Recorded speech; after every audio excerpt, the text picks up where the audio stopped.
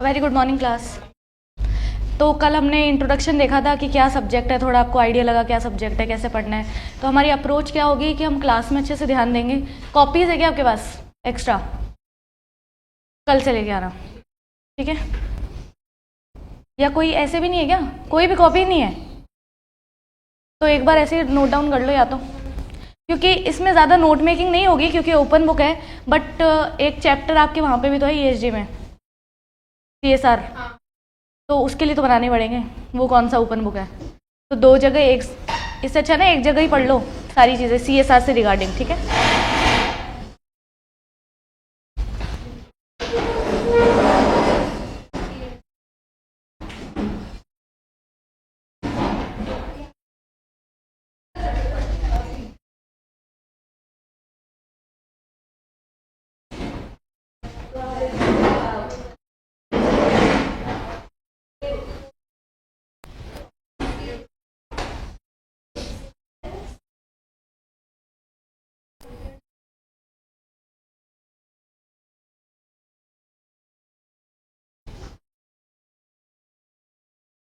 निकाल लो जो भी आपके पास कॉपी है ना, वो निकाल लो।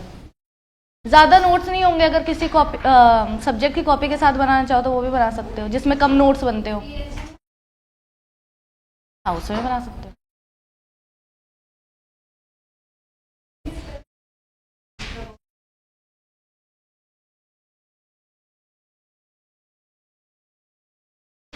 ये एक काम करो, इसमें मैं बनाऊंगी ओपन बोर्ड पे, तो घर पे तो आएगा ही, घर पे अच्छे से सुंदर सुंदर बना लेना। ज़्यादा नोट वैसे ही नहीं बनेंगे अभी, हर कैसे बनाओगे? और फिर घर जाके क्या बोलते हैं, वो करना पड़ेगा फेयर। ऐसे बना लो। कल से लेकिन एक कॉपी बना लो सीएसआर की और वो लेके आना, ठीक है?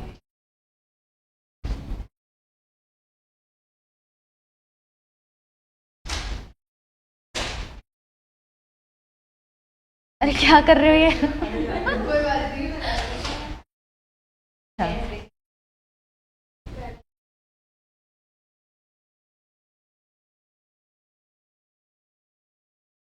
चलो बताओ क्या होता है सीएसआर? हम्म।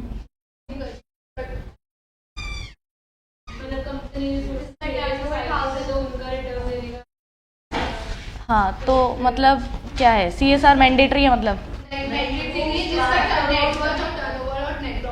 तो वॉलेंट्री हुआ? वॉलेंट्री हुआ? अरे बैठ तो जाओ। अच्छा अच्छा, तब बोल रहे मैंडेटरी नहीं है सीएसआर?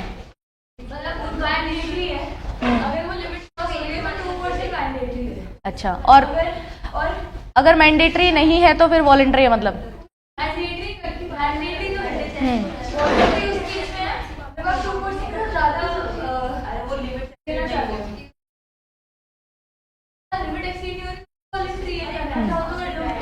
हाँ, तो परफेक्ट आंसर दिया है क्या? अरे भाई लिमिट बेस्ड है, और क्या है? सीएसआर लिमिट बेस्ड है। ऐसे क्वेश्चन आते हैं ओपन बुक में कि सीएसआर इज मैंडेटरी और वॉलेंटरी, कमेंट ऐसे, ठीक है? लिखो।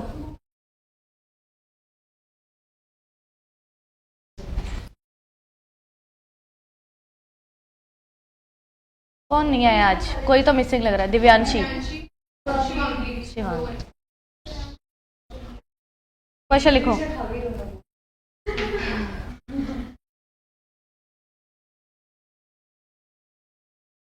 CSR is voluntary. हाँ हाँ, फर्स्ट ही है। और मैंडेटरी। देखो ये जो हम पढ़ रहे हैं ना, ये आपका चैप्टर 1 है सीएसआर का, और ये आपका चैप्टर 14 भी है ईएसजी का। कंबाइंड करके नोट्स बना लो, कंबाइंड करके पढ़ेंगे। बाकी कुछ सिमिलैरिटी नहीं है चैप्टर 14 में और सीएसआर वाले ओपन बुक में, सिर्फ चैप्टर 1 ही सिमिलर है, ठीक है? सीएसआर इज वॉलेंट्री और mandatory, comment.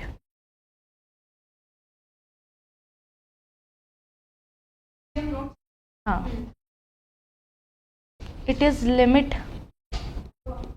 Based, limit specific.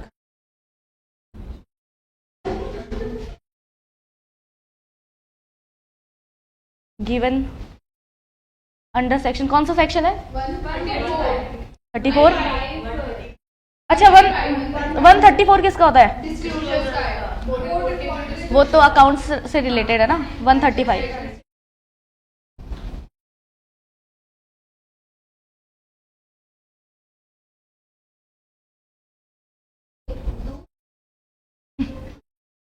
Page बांट रही हो।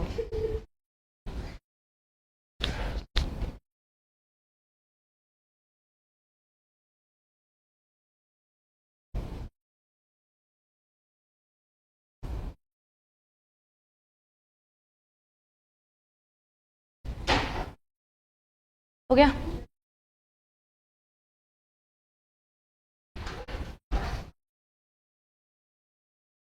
नहीं लिखा?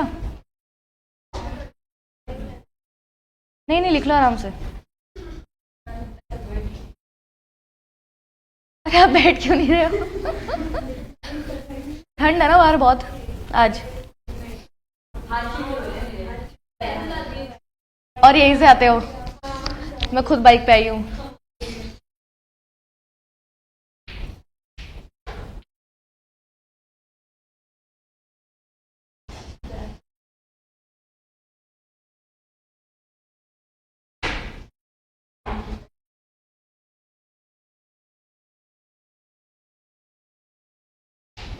मेरे हाथ नॉर्मल नहीं हो पा रहे, फोल्ड नहीं हो रहे।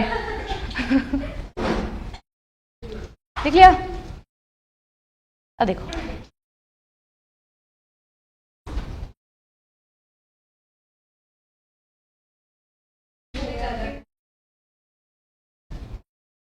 तो पार्ट एक थोड़ा सा देख लेते हैं हम लोग क्या है। पार्ट ए पूरा सीएसआर के बारे में। तो देखो क्या है, कीबोर्ड से नहीं चलता क्या ये तुम्हारी क्लास में? बहुत बड़ी समस्या समस्या है ये।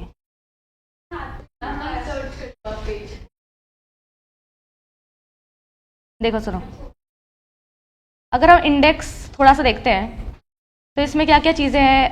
पार्ट ए में बस थोड़ा सा चैप्टर गो थ्रू कर लो, तुम्हारे पास तो कंपाइलर में होगा ना। देखो आईपीआर है, तो फर्स्ट चैप्टर क्या है तुम्हारा, नाम बताओ। सीएसआर। सेकंड, हाँ थर्ड प्रोजेक्ट्स। फोर्थ फिर और लास्ट। तो तुम्हें समझ में आ रहा होगा ये सीएसआर में जो तुम टॉपिक्स पढ़ के आए हो ना एग्जीक्यूटिव में, उनके चैप्टर्स बना दिए। सेम बात है, कुछ भी डिफरेंट नहीं है, बस प्रैक्टिकली हमें पढ़ना पड़ेगा। पढ़ा हुआ तुम्हें तुम्हारा सब है, आता भी तुम्हें सब है ना, लेकिन बस ये है कि कितने डीपली आता है और क्वेश्चंस कैसे आते हैं वो हमें गो थ्रू करना है बस। ठीक है,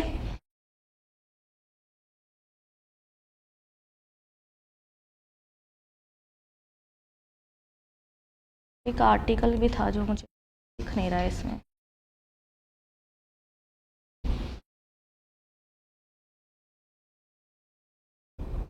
देखो रेगुलेटरी फ्रेमवर्क क्या है, बस ये ले दे के आ गया है, कंपनीज एक्ट और अपने रूल्स। अब देखो थोड़ी सी हिस्ट्री, वैसे तो तुम्हें पता ही हिस्ट्री कभी भी रेलेवेंट नहीं होती, पर थोड़ा सा पढ़ ही लेना चाहिए, ओपन बुक में तो कुछ भी आ सकता है ना। ठीक है, तो 2009 में क्या हुआ था, सीएसआर के रिगार्डिंग वॉलेंट्री गाइडलाइंस आई थी। क्या आई थी? वॉलेंट्री गाइडलाइंस, मतलब करना है तो कर लो सीएसआर, नहीं करना तो मत करो। प्लीज बोला था कंपनीज को, प्लीज आपको सीएसआर करना चाहिए। प्लीज का उन्होंने अचार बना के फेंक दिया। ऑब्वियसली हम एक्ट ही नहीं मानते, हम प्लीज क्यों मानेंगे? एक्ट मानती है क्या इंडिया वाले सारे? ऐसा बोला जाता है कि चाहे एलएलपी हो चाहे कंपनीज हो, इंडियन कंपनीज हो, नॉन कंप्लायंस जहां तक हो पाए हम करते हैं। जब पेनल्टी वाली बात आ जाती है तब बोलते हैं ड्यू डेट में, हम तो आखिर में काम करने में बिलीव करते हैं कि कल ड्यू डेट है ना तो आज हम कुछ करें। ऐसे ही होता है कंपनियों में। तो बस वही वाली चीज़ है, 2009 में उन्होंने बोला था कि भाई सीएसआर कर लेना चाहिए, वॉलेंट्री गाइडलाइंस आई थी। जैसे तुमने वो पढ़ा होगा ना पॉश एक्ट, न्यू सिलेबस वालों ने पढ़ा है, पुराने वालों ने नाम सुना होगा। तुम्हारा चैप्टर 10 हो गया क्या ईएसजी का? उसमें वापस है वो सेक्सुअल हरासमेंट। ठीक है, तो वो भी स्टार्टिंग में गाइडलाइंस ही थी ना, विशाखा गाइडलाइंस, बाद में उसको एक्ट बनाया पॉश एक्ट। ठीक है। तो गाइडलाइंस कौन ही मान रहा था, कितने केसेस हो रहे थे। एक्ट के बाद भी बहुत केसेस है, रुक कहाँ रहे हैं केसेस। वर्क प्लेस पे सेक्सुअल हरासमेंट अभी भी है ना। तो वही वाली बात है ना, तुम एक तो रूल्स बनाते हो, एक एक्ट बनाते हो, बहुत डिफरेंस है। वो वाला रूल्स नहीं, मतलब बेयर रूल्स, ठीक है। तो ये वॉलेंट्री गाइडलाइंस क्या होती है, गाइडलाइंस है, बेयर गाइडलाइंस है, कुछ भी नहीं है इसमें, ना कोई पेनल्टी है, ना कोई आपके ऊपर बर्डन है, कुछ भी नहीं है। तो 2009 में उन्होंने बोला था कि CSR कर लो अगर मन हो तो, इच्छा हो तो, ठीक है। अब देखो दो कॉन्सेप्ट होते हैं हमेशा, क्या क्या, एक होता है कंप्लाई और एक्सप्लेन, एक होता है कंप्लाई एंड एक्सप्लेन। क्या डिफरेंस है दोनों में। चाहे मैं ESG की बात करूं, चाहे ओपन बुक की बात करूं, हमेशा दो कॉन्सेप्ट होते हैं कोई भी एक्ट के, गवर्नेंस के। या तो होता है कंप्लाई और एक्सप्लेन, और एक होता है कंप्लाई एंड एक्सप्लेन। ऊपर वाले में वॉलेंट्री वाली चीज़ है, डिस्क्रिशन है। या तो कंप्लाई कर लो, नहीं हो पाया कोई बात नहीं, एक्सप्लेन कर दो क्यों नहीं हो पाया, है ना। उसमें कंप्लाई भी करो और फिर एक्सप्लेन भी करो, ठीक है, कि कैसे कंप्लाई किया, क्या किया। ये एक्सप्लेन को मैं रिपोर्टिंग बोल सकती हूँ क्या, इस वाले एक्सप्लेन को, ठीक है। पहले कंप्लाई करो और फिर एक्सप्लेन भी करो, तो रिपोर्टिंग, जिसमें तुमने दो चीजें पढ़ी होगी, BRR, BRSR। ये तो पुराना अर्लियर कॉन्सेप्ट है और ये अब रिसेंट है। अरे भाई ऐसे मत करो, क्योंकि तुम्हारा ESG स्ट्रांग होगा तो ये सब्जेक्ट स्ट्रांग होगा। ESG के मॉड्यूल खुलाए बिना तो मैं पढ़ा ही नहीं सकती ये सब्जेक्ट तुम्हें, ठीक है। देखो जो BRR है वो पुराना कॉन्सेप्ट है, उसको चेंज करके BRSR कर दिया। बेसिकली उसमें हमें सिर्फ रिपोर्टिंग करनी होती थी कि बिजनेस अपनी रिस्पॉन्सिबिलिटी कैसे निभा रहा है इसके अंदर। इसमें उन्होंने बताना है कि हाँ, कि हम अभी तो रिस्पॉन्सिबिलिटी निभा रहे हैं, आगे भी कैसे निभाएंगे। तो ये दोनों, ये क्या है, ये प्रेजेंट एंड फ्यूचर बेस्ड है, और वो सिर्फ प्रेजेंट बेस्ड था तो चेंज कर दिया हमने। यही है, यही पढ़ा है तुमने, ठीक है। तो वही वाली चीज़ है यहाँ पे। हमने बोला वॉलेंट्री गाइडलाइंस है, इसका मतलब उस टाइम क्या चलता था, कंप्लाई और एक्सप्लेन, कि या तो तुम CSR कर लो, नहीं हो रहा तो बता दो क्यों नहीं हुआ, नहीं हुआ फिर हम बोलेंगे कोई बात नहीं, जाओ ऐश करो। वो वाली चीज़ क्या होती है, कंप्लाई और एक्सप्लेन। उसके बाद अभी कौन सा कॉन्सेप्ट है, comply and explain, but limit based है स्टिल, ठीक है। तो ये हुआ 2009 के बाद इतना कुछ। उसके बाद 2010 में पार्लियामेंट की स्टैंडिंग कमेटी बनी। ये क्या होता है,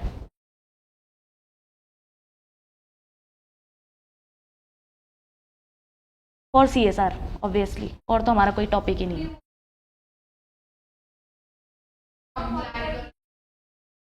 नहीं नहीं, पार्लियामेंट्री स्टैंडिंग कमेटी मतलब क्या होता है,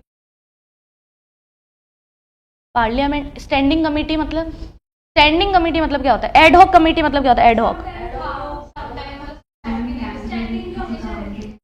हाँ, मतलब पर्टिकुलर काम के लिए, यही बोल रहे हो ना।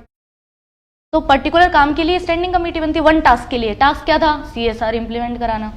तो ये 2010 में उन्होंने कोशिश तो पूरी करी कि क्या किया हमने, कि बिल में आ जाए या फिर एक्ट बना दे अलग से CSR का, ताकि कंपनीज पे बर्डन डाले, बट वो बन के रह गई, मतलब कुछ हुआ नहीं उसका, ठीक है। तो 2010 में ये हुआ। 2011 में वापस से गाइडलाइंस आई। गाइडलाइंस लाते जाते हैं पहले तो, ये तो फिर भी CSR है। पॉश एक्ट तो कितना नीडेड लेजिस्लेशन था, है ना, कि वर्क प्लेस में वुमेन सेफ रहे, और इतनी चीज़ें थी। उनको ये 16 साल लगा दिए, 13 साल के 16 साल लगा दिए उन्होंने लाने में। गाइडलाइंस पे गाइडलाइंस लाते जा रहे थे। पहले विशाखा गाइडलाइंस आई, उसके ऊपर फिर उन्होंने बोला कि गाइडलाइंस अच्छा गाइडलाइंस फॉलो नहीं हो रही तो अच्छे से फॉलो करो। एक्ट नहीं ला रहे, क्या बोल रहे हैं, गाइडलाइंस अच्छे से फॉलो करो। ये क्या बात हुई, फिर जाके 16 साल बाद में एक्ट आया 2013 में। तो वही वाली चीज़ें ही तो फिर भी CSR है। तो अभी तो लानी थी इनको इतनी गाइडलाइंस, ठीक है। फिर 11 में वापस से गाइडलाइंस ले आई, कोई सेंस नहीं है। फिर 2012 में तुम्हें पता ही है क्या हुआ था, कंपनीज बिल गया था, फिर कंपनीज एक्ट आया था 2013 में। तब हमें हमारा CSR मिला मैंडेटरी प्रोविजन के बेसिस पे, लिमिट बेसिस पे, ठीक है। कंपनीज एक्ट,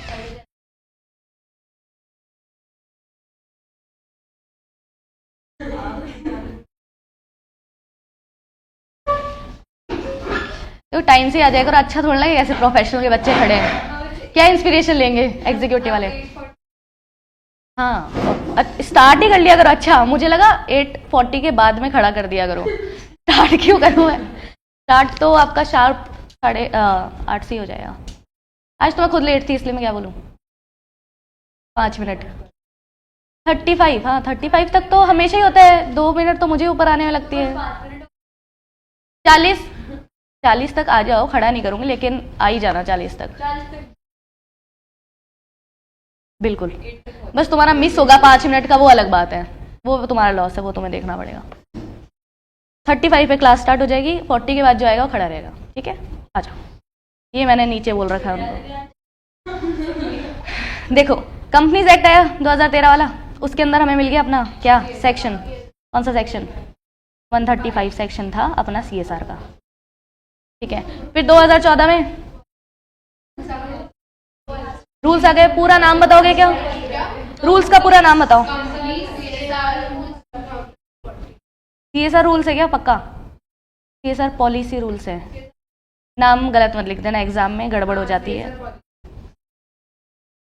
2040 ये हमारा कंप्लीट है। साथ में एक्ट के साथ ही हमें क्या मिल गया यहाँ पे, शेड्यूल। कौन सा है, कौन से शेड्यूल पढ़ते हैं, 7।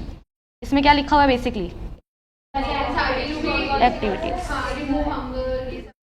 हाँ, इसको बना लो, दिख रहा है या फिर वो करूँ, जूम ही कर देती हूँ। इतना बनाओ पहले, ईयर वाइज बना लो, थोड़े सभ्य तरीके से बनाना, मैंने तो बहुत ऐसे बनाया है।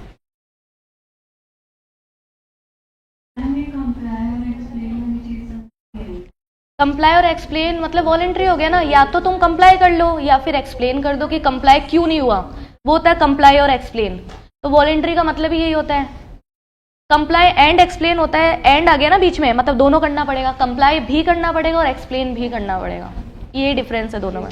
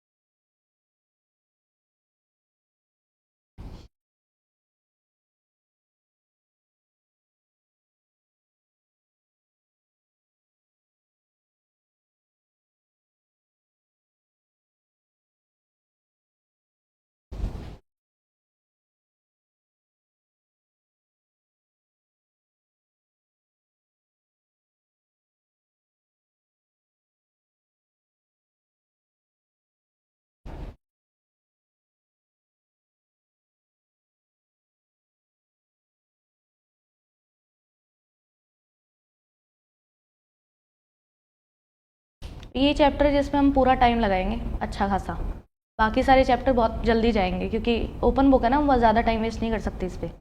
और फर्स्ट चैप्टर क्योंकि तुम्हारी ESG में भी है और वो ओपन बुक नहीं है और इसमें भी बहुत ही रेलेवेंट है, तो फर्स्ट चैप्टर पे लगेगा जो टाइम लगेगा मैक्सिमम। हो गया, नीचे करूँ?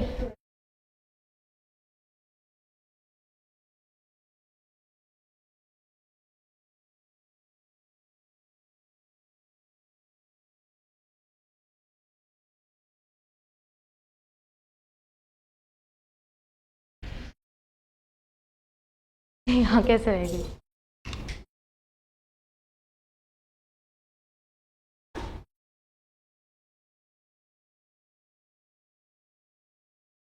अरे क्या करते रहते तुम बीच में?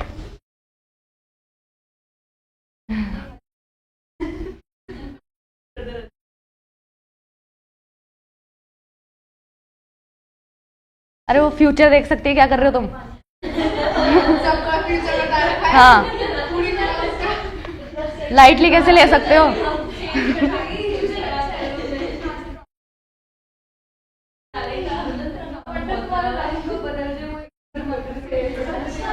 अरे बातें कर रहे हो वो तो ठीक है, लिखते भी रहो, लिख लिया ना।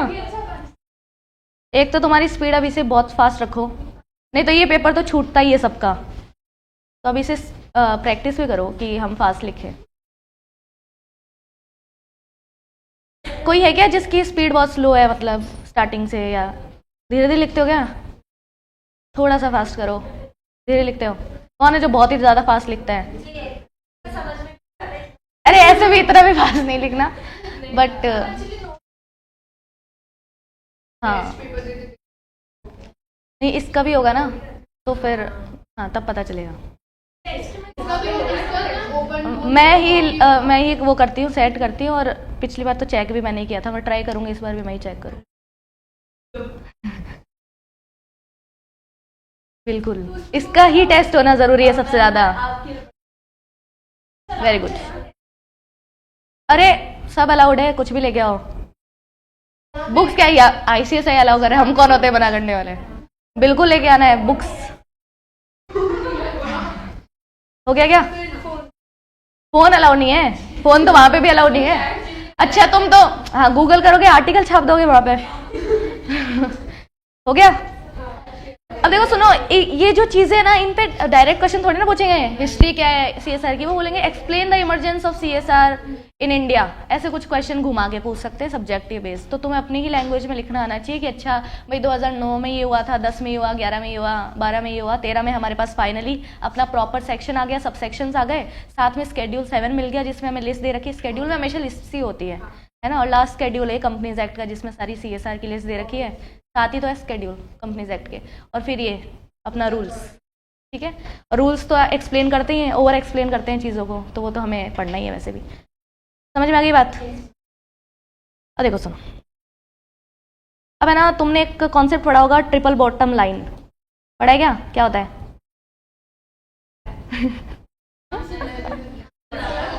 ट्रिपल बॉटम लाइन है तो मतलब 3 चीजें होगी कोई, तो इसमें होते हैं 3 P's। अब बताओ। हाँ सही बोल रहे हो। क्या बोल रहे हो? अरे नहीं, बीएसटी में और इकोनॉमिक्स में क्यों चले गए तुम? पी है भाई, पीपल, प्रोडक्ट नहीं है, प्लेनेट, प्रॉफिट। नहीं पढ़ा क्या? ये मेरे अकॉर्डिंग कहाँ आया होगा, रुको, चैप्टर 1920 में आया होगा, ईएसजी में 1920 तो आ जाएगा। मतलब अभी तक नहीं आया तो यहीं पे पढ़ो फिर पहले। ईएसजी का कॉन्सेप्ट है यहाँ से ज्यादा। यहाँ पे तो सिर्फ, यहाँ पे तुम्हें पता है क्या दे रखा है, यहाँ पे तुम्हें बस एक टॉपिक दे रखा है ट्रिपल बॉटम लाइन, वहां पे डिटेल में है। देखो सुनो, हाँ तो उसमें नहीं होगा। देखो, पीपल, प्लेनेट और प्रॉफिट।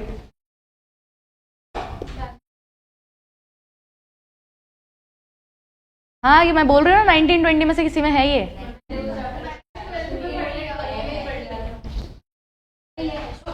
लड़ लो, तुम एक काम करो, लड़ लो।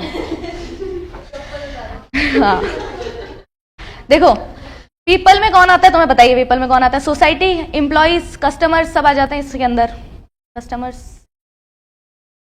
सोसाइटी एट लार्ज और अपने एम्प्लॉइज, ये पीपल है हमारे। प्लेनेट तुम्हें पता ही है, इन्वायरमेंट की बात हो रही है जो तुम बहुत ज़्यादा पढ़ चुके हो। चैप्टर 12 हो गया क्या तुम्हारा ईएसजी में? 12 और 13 और 15 सारे हो गए, मतलब इन्वायरमेंट वाले। ठीक है, तो यहाँ पे हमें इस पर चर्चा करने की जरूरत ही नहीं है। प्लेनेट के रिगार्डिंग चैप्टर आपके 12, 13 और 15 हो चुके हैं ईएसजी के। वो है प्रॉफिट क्या कर रहा है यहाँ पे सीएसआर में? सही बात है। अरे हम बोलते हैं कि भाई पीपल और प्लेनेट का ध्यान रखो, वो सीएसआर है। बिना प्रॉफिट के कैसे करोगे ये काम? खुद के पास पैसे नहीं है तो दान में कैसे दोगे? सही बात है ना। मान लो मेरे पॉकेट में 50 रुपए हैं और एक भिखारी आता है, बोलता है कि 50 रुपए दे दो, भगवान आपका भला करेगा, तो मैं दे पाऊंगी कि उसको 50 रुपए? वही वाली बात हो गई, पहले खुद तो करो, है ना। तो वो क्या, किस में आता है? प्रॉफिट। प्रॉफिट अर्निंग बिजनेस ही समाज का भला कर सकता है। तो पहले खुद का इतना वो करो, कंपनी को प्रॉफिटेबल बनाओ, सारी स्ट्रेटेजीज लगाओ, बिजनेस माइंड रखो अपना, उसके बाद चैरिटी करना। ठीक है, ऐसा तो है नहीं टाटा इतनी ज़्यादा चैरिटेबल कंपनी है तो ऐसे ही बन गया। पहले टाटा बना ना वो, फिर चैरिटी करी, वही वाली बात है। तो एक बहुत ही ज्ञानी आदमी थे जिनका नाम था मिल्टन फ्राइडमैन, जलाऊ आदमी। इसने बहुत ही साफ लफ्जों में एक बात बोली, the business of business is business. हाँ, ज्यादा दिमाग लगाने की जरूरत नहीं है। The business of business is business. Business का काम बिजनेस करना है, क्यों दिमाग लगा रहे हो इतना? ठीक है, तो अपना ईएसजी की बुक निकालो। ये दोनों को हमें साइमल्टेनियसली पढ़ना पड़ेगा, दोनों निकाल के रखना पड़ेगा हमें। 14 एक ही रेलेवेंट है वहां पे।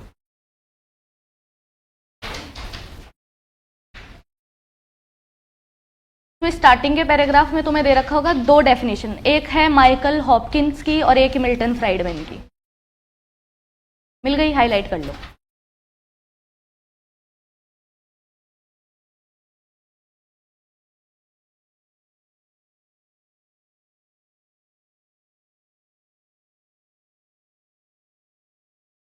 Michael Hopkins and Milton Friedman. अब इनका नाम याद रखने की ज़रूरत नहीं है ऑब्वियसली, इसका तो हो ही जाएगा, बहुत ही फनी नाम है इसका। मिल्टन भी तुम्हें बताइए, और फ्राइडमैन जलाओ आदमी, इसका याद हो ही जा रहा है अपन को बिना करे। बाकी इतना नेमिंग में हमें क्या रखा है, हमारे कॉन्सेप्ट याद हो तो ही बहुत है, ठीक है। दूसरा है माइकल हॉपकिंस। माइकल हॉपकिंस जो बात करता है, दोनों में देखो डिफरेंस क्या है। माइकल इनकी थ्योरी समझनी है बेसिकली, नाम याद होना हो। माइकल हॉपकिंस बोलता है कि हमें स्टेक होल्डर्स का ध्यान रखना है। स्टेक होल्डर्स कौन होते हैं? हाँ, जिसका इंटरेस्ट होता है कंपनी के अंदर, वो होते हैं स्टेक होल्डर्स। तो इसने दी थी स्टेक होल्डर थ्योरी।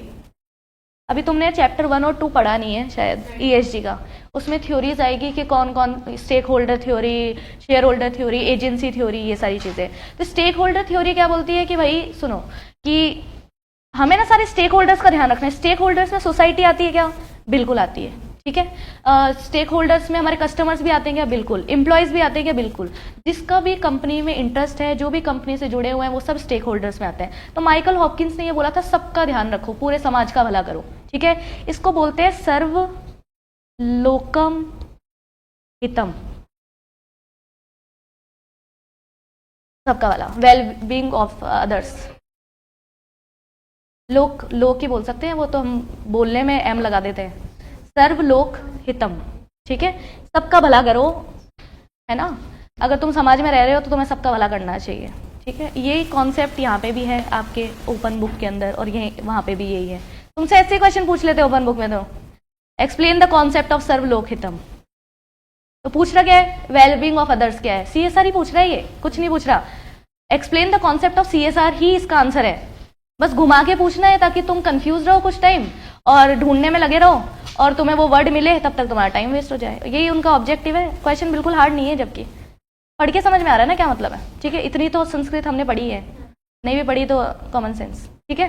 अब देखो, ये स्टेक होल्डर थ्योरी बोलता है, ये बोलता है शेयर होल्डर थ्योरी। मैं बोला बाकी जाए भाड़ में, शेयर होल्डर्स ने हमें पैसा दिया है, और जो पैसा देता है वो भगवान होता है। पहले इनको तो बढ़ा के दो पैसा, डिविडेंड ज्यादा दो, खुश रखो अपने शेयर होल्डर्स को, बाद में समाज का भला करना। फ्राइडमैन ने ये बात बोली थी।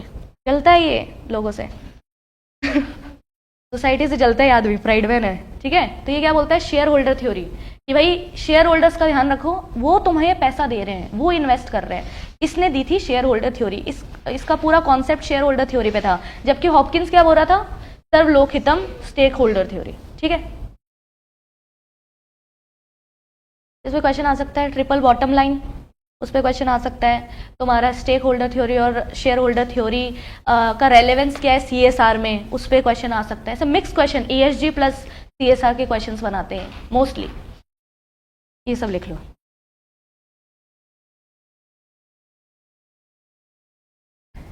किसका? ESG के सारे चैप्टर रेलेवेंट नहीं है ऑब्वियसली, और जैसे मैं बताती हूँ कौन कौन से। चैप्टर 1 और 2, हाँ वो गंदे हैं लेकिन काम के हैं। 1 और 2 यहाँ पे काम के हैं। अरे तुम्हें कौन सा याद करना है, क्यों टेंशन ले रहे हो? बुक होगी ना तुम्हारे पास, हाँ बस उतना ही पता करना है, तो ज़्यादा रटना तो है नहीं कुछ। जो बोरिंग चीज़ें वो रटनी थोड़ी ना, यहाँ पे बस समझनी है, ठीक है।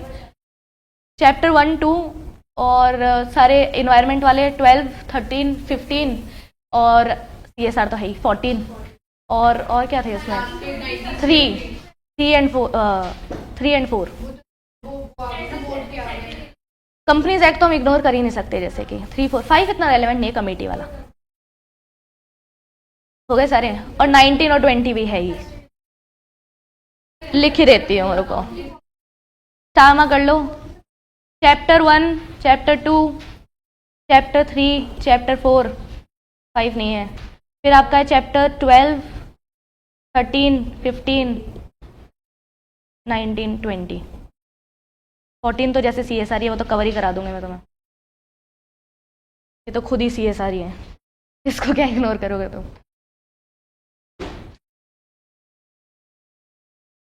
ये सब रेलेवेंट। बीच में ना वो डिस्क्लोजर्स, वेबसाइट डिस्क्लोजर्स आपके हो गए, या वो शेयर होल्डर्स राइट, वो इतना रेलेवेंट नहीं है। एथिक्स, हाँ हाँ। इसके अलावा चैप्टर जो 11 है उसका सिर्फ एथिक्स वाला पार्ट इंपॉर्टेंट है, क्योंकि एथिक्स और CSR अलग अलग हो ही नहीं सकते। हाँ, ब्राइबरी वगैरह इंपॉर्टेंट नहीं है, बट एथिक्स इंपॉर्टेंट, उसमें एथिक्स वाला पार्ट है ना, क्योंकि एथिक्स और CSR एक ही बात है ना, तुम एथिकल होगे तो CSR करोगे, नहीं तो कहाँ से करोगे।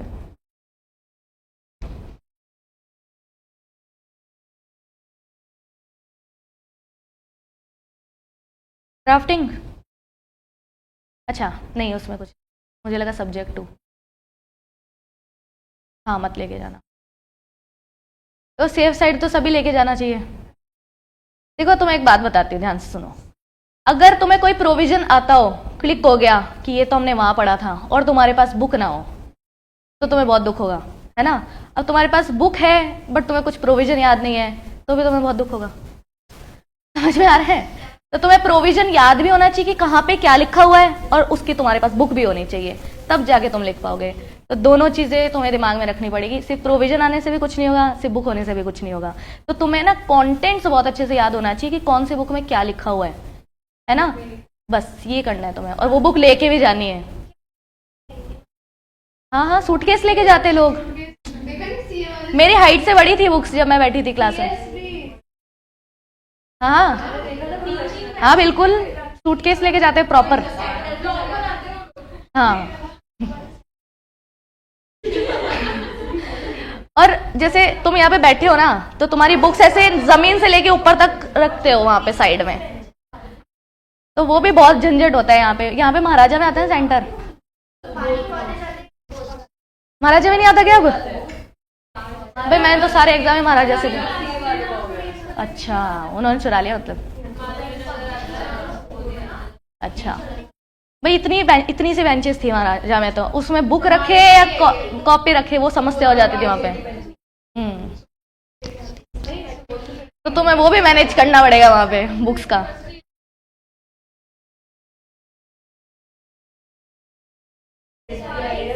कल आए नहीं थे।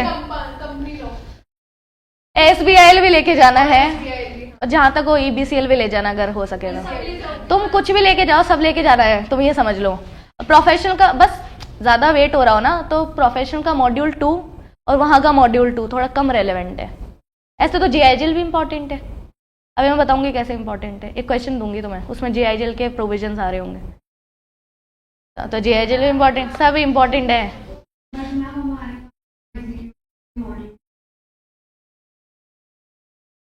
JIGL तो चेंज ही नहीं हुआ, बस कॉन्ट्रैक्ट एक्ट और टोपा वगैरह ऐड ही तो किया है उन्होंने। हाँ तभी तो मैं तुम्हें EBCL भी बोल रही हूँ, तुम्हें लेके जाने की जरूरत नहीं है इसी IPL। हाँ मैनेज करना पड़ेगा, किसी से लेना पड़ेगा, क्योंकि बुक्स ना लेके जाना बहुत ही वहां पे बोलते ना दुखी हो जाओगे कि अरे बुक, और कोई नहीं देता अपनी। तुम किसी से मांगोगे ना, कोई नहीं देगा अपनी बुक।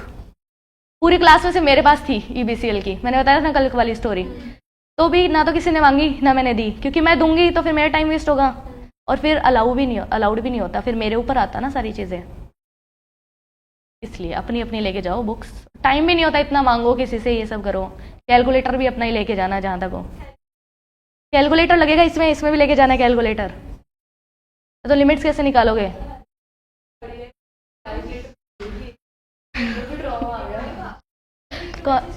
टेक्स्ट में तो नहीं भूले? और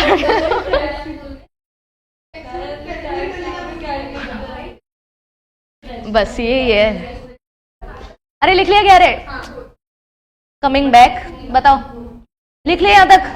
अब सुनो, चलो ये हो गई हमारी चर्चा की बात कि भाई क्या क्या है, किस बेसिस पे है ये। तो ये ऊपर के पैराग्राफ से हम ये लेंगे, जो आपका ESG का फर्स्ट पैराग्राफ है, उसमें से हम ये 2 पुरुषों के नाम याद रखेंगे। क्या क्या है? फ्राइडमैन और माइकल हॉपकिंस। तो दोनों ने 2 थ्योरी दी थी, उसके बेसिस पे हम लोग CSR को स्टडी करते हैं। तो ज्यादा CSR सेंट्रिक कौन सी वाली थ्योरी लग रही है तुम्हें? स्टेक होल्डर वाली, सर्वलोक हितम वाली, ठीक है। इसने तो सिर्फ शेयर होल्डर्स की बात करी, और उसमें भी एक एलिमेंट को कवर कर रहा था कहीं ना कहीं, प्रॉफिट को, कि प्रॉफिट तो कमाओ पहले फिर बात करना। शेयर होल्डर्स तुम्हारे ना खुश है, तुमसे प्रॉफिट कमाया नहीं जा रहा और लोगों का भला करने निकले हो, ठीक है। प्लेनेट और पीपल पे तो हम बहुत ज्यादा चर्चा करने वाले, प्लेनेट पे तुम ऑलरेडी कर भी चुके होंगे और भी कर लेंगे, ठीक है।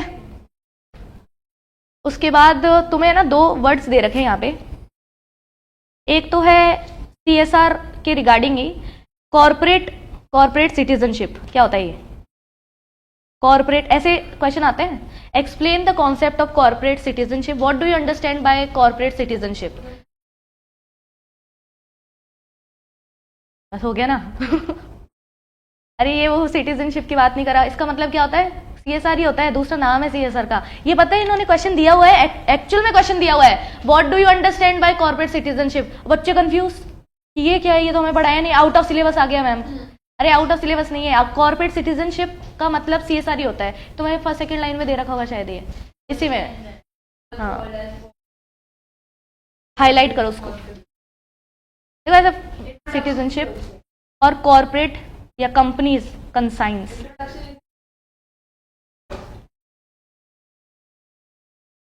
अब क्योंकि हमने पढ़ा नहीं है तो हम इससे कुछ भी इंटरप्रिटेशन निकाल सकते हैं ना। सिटीजनशिप हमने वैसे समझा, रेजिडेंस स्टेटस समझा, ये सब समझा, ठीक है।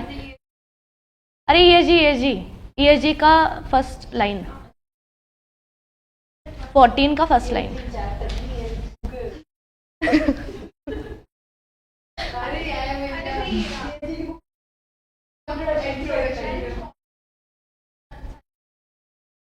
अब बताओ, मैं तुम्हें बता रही हूँ कि एग्जैक्टली कहाँ है, उसमें तुम्हें खोलने में इतना टाइम लग रहा है, तो तुम्हें ओपन बुक में कितना टाइम लगेगा सोचो। तो हमें बस प्रैक्टिस ही करना है कि पेजेस कैसे हमें पलटने हैं उसकी, कि कौन से में कितनी जल्दी पहुंच सकते हैं हम लोग। तो इसको लिख लो, कॉर्पोरेट सिटीजनशिप और कॉर्पोरेट कंसाइंस भी बोलते हैं सीएसआर को। तो अगर ये वर्ड्स आ जाए तो कंफ्यूज नहीं होना, सीएसआर की ही बात हो रही है, इक्वल्स टू सीएसआर ओनली। लिख लो नोट्स में भी।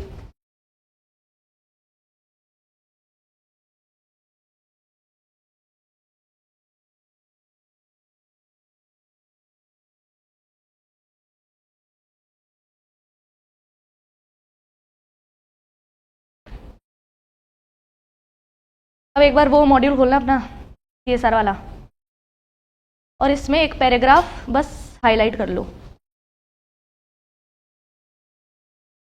ये वापस से पेन नहीं चल, ये मेरी क्लास में हमेशा प्रॉब्लम आती है, पता नहीं क्यों।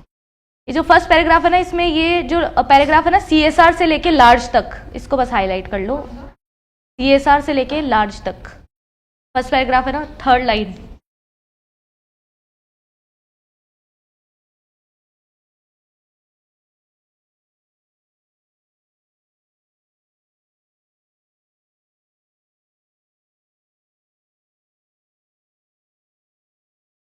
मिल गई। एक पैराग्राफ है बेसिक, थोड़ी सी इंफॉर्मेशन दे रहा है सीएसआर होता क्या है। तो what is CSR, what do you understand by CSR, explain the concept of CSR. ऐसे डायरेक्ट फ्री के क्वेश्चन आ गए तो ये पूरा पैराग्राफ आपके काम आएगा, जितना भी दे रखा है नीचे तक। अब इसमें एक लाइन दिख रही होगी, यहाँ पे ढूंढो इसको। विंस्टन चर्चिल ने बोला था, with great power comes great responsibility. इसको हाईलाइट कर लो। ये लोग पता है क्या करते हैं, ऐसे रैंडम लाइन उठाते हैं और बोलते हैं कमेंट। तो हमें क्या पता कौन सी लाइन कहाँ लिखी हुई है ना। ये इनके फेवरेट क्वेश्चन आईसीएसआई के, कि भाई टाइम वेस्ट कराओ इनका जितना हो सके। तो अपने नोट्स में क्वेश्चन लिखो, विथ ग्रेट पावर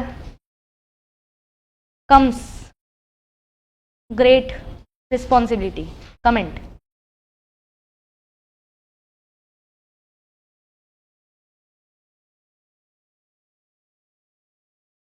इससे तुम्हें याद रहेगा कि चैप्टर 1 में जाना है। अगर ऐसा डायरेक्ट क्वेश्चन हमें देखने को मिल जाता है तो चैप्टर 1 में इसका आंसर मिलेगा, ठीक है।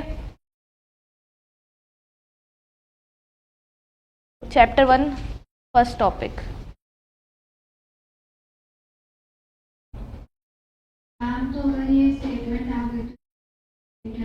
जो भी आसपास लिखा हुआ है आपके कंपाइलर में, पर हमें मिले तो सही। ऐसे तो तुम खुद का लिखोगे तो तुम्हें 2-3 लाइन से ज़्यादा नहीं आएगी। इसमें क्वेश्चन आएगा 5 मार्क्स का, तो कैसे लिखेंगे। तो जो भी यहाँ पे लिखा हुआ ना आसपास, देखो काफ़ी चीज़ें हैं, जो भी आसपास है उसको रीड कर लो पूरे पैराग्राफ को, क्योंकि हमें लाइन मिल जाती है तो हम आसपास का रीड करके अपना इंटरप्रिटेशन लिख के अच्छा ब्यूटीफुल आंसर लिख सकते हैं। लाइन नहीं मिलेगी तो चलत भाषा लिखेंगे, उसके मार्क्स नहीं मिलते। समझ में आया मैंने क्या बोला। तो ये जो भी लाइन है, जहाँ पे भी लाइन है उसका आसपास का स्टडी किया और फिर अपना आंसर फ्रेम कर लिया, ठीक है। बस लाइन पता होनी चाहिए कहाँ पे। तो ये बहुत बेसिक बातें हैं कि भाई क्या क्या क्या चीज़ें होती है इसके अंदर। तो हमने एक पैराग्राफ टिक किया पहले, तो इतना जो हमारे काम का है। उसके बाद सीएसआर के बारे में कुछ कुछ कॉन्सेप्ट है। देखो ये BRR, according to business of social responsibility, BSR.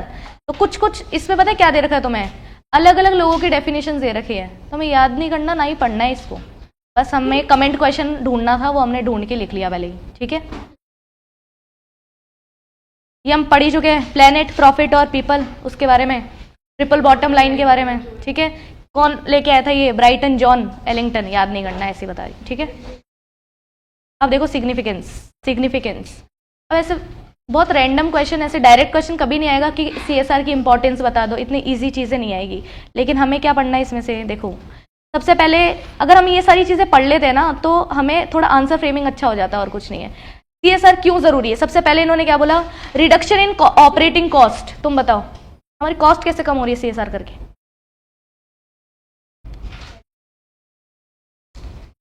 Tax benefit, cost, tax नहीं, cost and tax is different. सबसे पहले कॉस्ट कम हो रही है, यही है सिग्निफिकेंस। तो हमारे भी तो पैसे बच रहे हैं उससे। अगर हम जनता का सोच रहे हैं, सीएसआर माइंड है हमारा, या हमें रिस्पॉन्सिबिलिटी हमारी पता है, तो उससे फिर हम वही काम करेंगे जो सोसाइटी के लिए अच्छा हो, और कहीं ना कहीं इनडायरेक्टली हमारा भी बेनिफिट हो जाएगा। इसमें मेनली क्या आएगी? रिसाइकलिंग वगैरह, वेस्ट मैनेजमेंट, वाटर मैनेजमेंट, ये सब तुम पढ़ चुके हो शायद। तुमने वो पढ़ी होगी इन्फोसिस की केस स्टडी। क्या किया था उन्होंने? इंजेक्टर्स लगा दिए थे उन्होंने जमीन में, टरबाइंस वगैरह बना दिए थे, जिसकी वजह से उनको वाटर काफी हद तक बचा भी था, और उन्होंने और भी करके गया था। हाँ ठीक है, तो वो सारी चीजें यहाँ पे हम लोग लिख सकते हैं, केस बेस, और लाइव एग्जांपल्स भी दे सकते हैं। कहाँ से? ईएसजी से। ईएसजी में काफी सारी केस स्टडी है, अच्छे अच्छे एग्जाम्पल्स हैं, तो वहाँ यहाँ पे भी दे सकते हैं, ठीक है। दूसरी चीज है increase sales and customer loyalty. हमें बताइए क्या बढ़ेगा? लॉयल्टी और सेल्स। छोटे छोटे बना लो नोट्स। नहीं, वो तो बस क्वेश्चन ही था, उसको लिख के छोड़ दो। उसमें बेसिकली कुछ नहीं करना, आपको बस पता होना चाहिए लिखी हुई कहाँ है लाइन, उसके आसपास से, ताकि आप आंसर अच्छे से फ्रेम कर पाओ। हाँ, ये टॉपिक है अलग से, सिग्निफिकेंस, और मैं इतना लिखवाती भी नहीं, पर ये मैं लिखवा रही हूँ तुम्हें ईएसजी के लिए। ये सारी सेम बातें हैं ईएसजी की। तो तुम्हें क्या लगता है, ये जो लाइन है, with great power comes great responsibility, comment, ये वाला क्वेश्चन, ये तुम्हें ईएसजी में नहीं पूछ सकते? क्यों नहीं पूछ सकते? गवर्नेंस तो पूरा ही है ना लोगों के लिए, ये कि तुम पावर में हो, तुम कंपनी हो, तुम्हारे पास पैसा है, तो तुम्हारी रिस्पॉन्सिबिलिटी भी बनती है फिर, है ना। तो ये ईएसजी का ही तो कॉन्सेप्ट है, ज़्यादा है बल्कि वहाँ पे तो वहाँ पे भी आ सकता है, बिल्कुल ठीक है। दूसरा क्या हो गया? लॉयल्टी बढ़ेगी, सेल्स बढ़ेगी, बिल्कुल। कैसे? तुमने वो सुना होगा ना, एक वो है ब्रांड है, लव ब्यूटी एंड प्लेनेट, सुना है क्या? नहीं सुना? तुम्हारी क्लास में लड़के नहीं है, कितना अच्छा लग रहा है। उनको ऐसे एग्जाम्पल ही समझ नहीं आते, मेरे पास सिर्फ लड़कियों के एग्जाम्पल से सारे, फिर उनको बुक वाला एग्जाम्पल देके समझाना पड़ता है।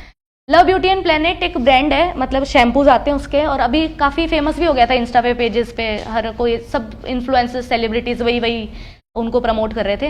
ये एक्चुअली ये लोग दावा करते हैं कि हमारा जो बॉटल है ना, लव ब्यूटी एंड प्लेनेट वाला, वो पूरा रिसाइकल्ड प्लास्टिक का है, तो हम कोई नया प्लास्टिक नहीं यूज़ करते। हमारा वीगन है, एनिमल क्रुएलिटी बिल्कुल भी नहीं करते। हमने ये जो शैम्पू है ना, ये किसी एनिमल पे टेस्ट नहीं किया, और पूरा वीगन प्रोडक्ट है, मतलब कुछ भी एनिमल का हार्म है ही नहीं, और हम लोग पेड़ भी उगाते हैं, ठीक है।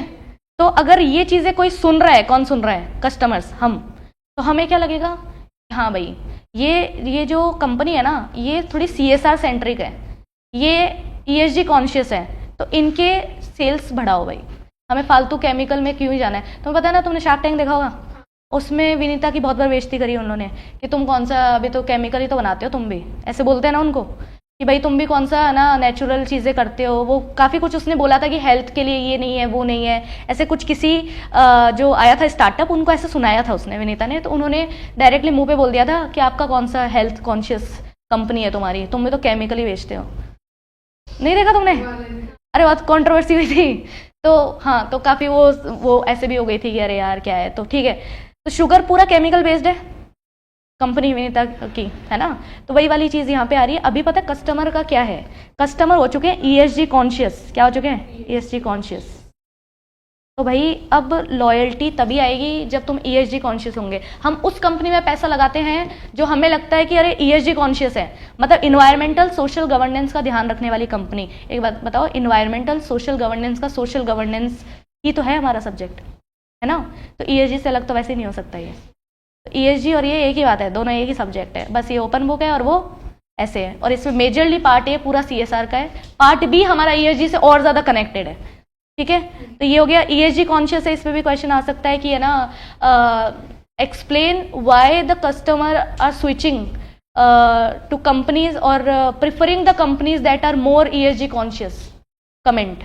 ऐसे क्वेश्चन बहुत आते हैं क्योंकि ओपन बुक है, उनको आउट ऑफ सिलेबस तो देना ही है, बस तुम्हारा नॉलेज चेक करेंगे वो और कुछ नहीं है। तो क्यों हो रहा है ऐसे स्विच? क्योंकि अवेयरनेस आई है, अवेयरनेस। पहले तो भैया हमारे फेयर लवली थी एक, सब घरों में फेयर लवली ही थी, केमिकल से भरी हुई क्रीम, है ना। सब इतने खुश होकर लगाते थे कि बस एक ही, हम तो दूसरी चीज़ करेंगे नहीं।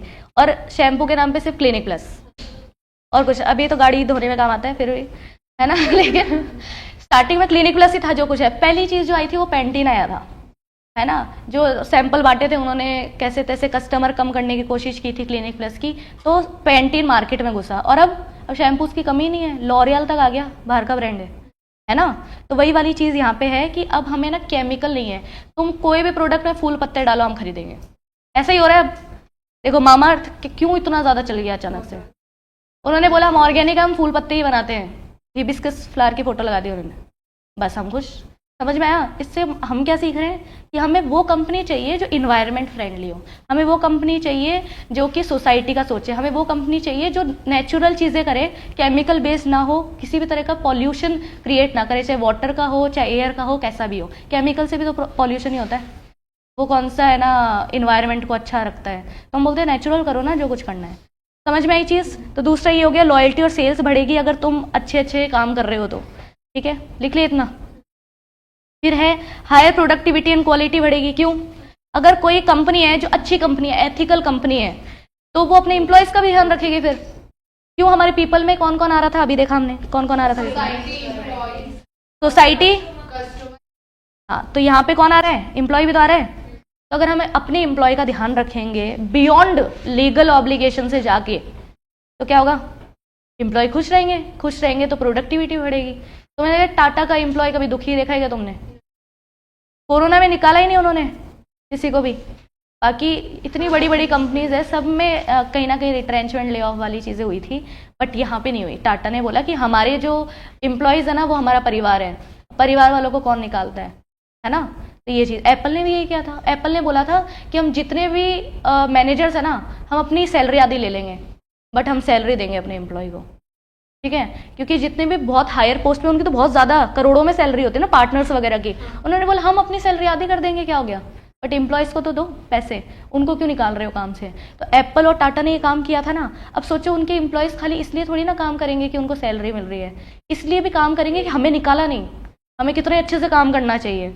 तो वही वाली चीज़ है। तो CSR की बात नहीं है, बहुत वाइडर कॉन्सेप्ट पे बात कर रहे हैं, सिर्फ CSR की बात ही नहीं कर रहे हैं इसमें। देखो ये पूरा ESG का कॉन्सेप्ट है जो भी अभी हम पढ़ रहे हैं, ये CSR की तो बात ही नहीं है। सब CSR तो क्या ज़बरदस्ती है कि 2% देना है, तो तुम्हारा कहीं पे भी लगे 2% लगना चाहिए, ज़बरदस्ती है CSR। ये सारी बात उससे बियॉन्ड है कि माइंड चेक कर रहे हैं कंपनी का कैसा होगा, ठीक है। हायर प्रोडक्टिविटी हमेशा एम्प्लॉयज़ की चेक की जाती है, ठीक है।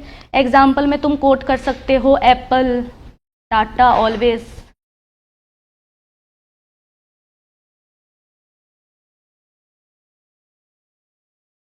एम्प्लॉय बेनिफिट्स रहते हैं, treated as family.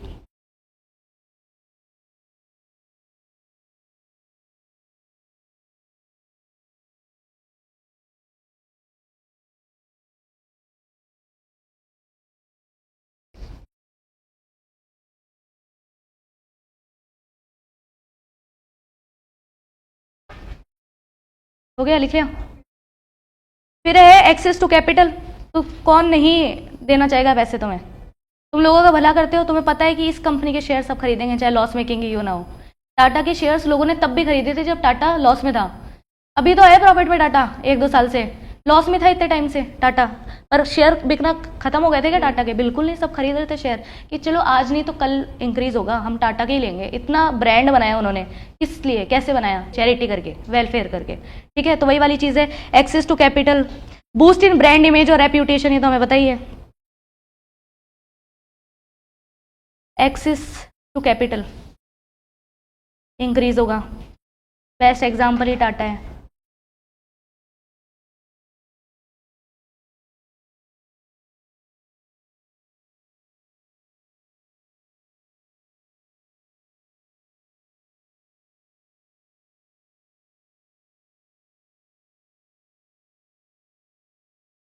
Loss making था, फिर भी ट्रेडिंग पे कोई अफेक्ट नहीं आया। एक्सेस टू कैपिटल हमेशा रहता है कंपनी के पास, जो कि चैरिटी करती है, CSR ज़्यादा करती है, अच्छे से करती है। तो टाटा कभी भी CSR ऐसे 2% के हिसाब से नहीं करता, हमेशा ज़्यादा ही होता है उनका।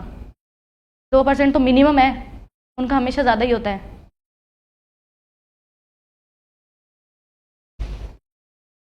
ब्रांड इमेज अच्छी होगी, ये तो हमें पता ही है। रेप्यूटेशन इंक्रीज होगी, बेसिक पॉइंट्स है ये तो। मार्केटिंग भी तो होती है। अच्छा एक बात बताओ, CSR करके CSR का लोगो लगा सकते हैं क्या हम? जैसे हमने मान लो ये यहीं पे बना हुआ है, ये क्या है, गुर्जर की थड़ी के आगे, अगर तुमने देखा हो तो कभी, पुलिस बूथ्स बने हुए हैं, ट्रैफिक पुलिस बूथ्स, उसके पीछे लिखा हुआ है CSR initiative by some company, नाम याद नहीं आ रहा कंपनी का, बूथ के पीछे लिखा हुआ है। तो ऐसे लिख सकती है कंपनी CSR करके? अरे भाई कर सकती है कि? चलो ये तुम्हारा रिसर्च क्वेश्चन आज का। मैम कर सकती है। अच्छा क्योंकि कई जगह पे देखा होता है कि मेंटेन बाय। अच्छा, तो आप ऐसे बोल रहे हो कि है ना, इसलिए कर सकती है क्योंकि हमने देखा है। हाँ मतलब नहीं नहीं होता, तो CSR इनिशिएटिव लिखा हुआ है, उसका मतलब उन्होंने वो 2% में ही किया है, वो तो सेल्फ अंडरस्टूड है। लेकिन मेरे को ये बताओ कि ऐसे लिखना अलाउड है क्या? ये इसको प्रमोशन एक्टिविटी नहीं कहेंगे? मार्केटिंग में नहीं आएगा क्या? हाँ तो ये CSR एक्टिविटी में आएगा कि नहीं आएगा? फिर नहीं आएगा, घर से रिसर्च करके आना।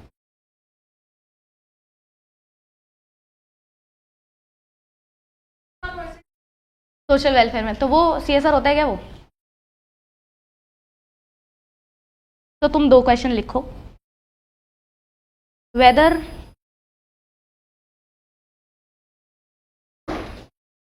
mentioning that company has done CSR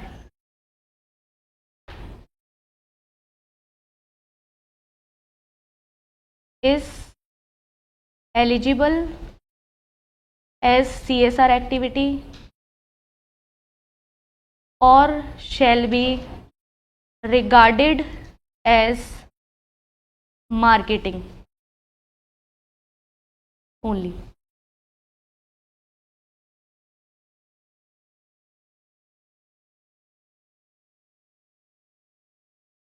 If a company says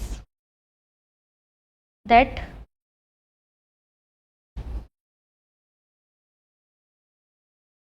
if you buy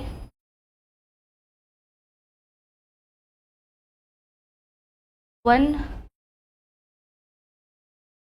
notebook from the company, they shall plant a tree, ऐसे ही कुछ पूछ रहे हैं ना, प्लांट ए ट्री, ये CSR है कि नहीं है? CSR not. ये 2 क्वेश्चन घर से अच्छे से करके लाना, कुछ सोचना घर पे आराम से ठंडे दिमाग से, फिर रीजनिंग के साथ मेरे को बताना। ऐसे नहीं कि मन कर रहा है इसलिए, कि हमारा मन कह रहा है कि ऐसे ही होगा। ठीक है, रीजंस के साथ ये 2 क्वेश्चन करके लाना। ठीक है कनिका, आप भी कल पूछूंगे मैं। चलो थैंक यू।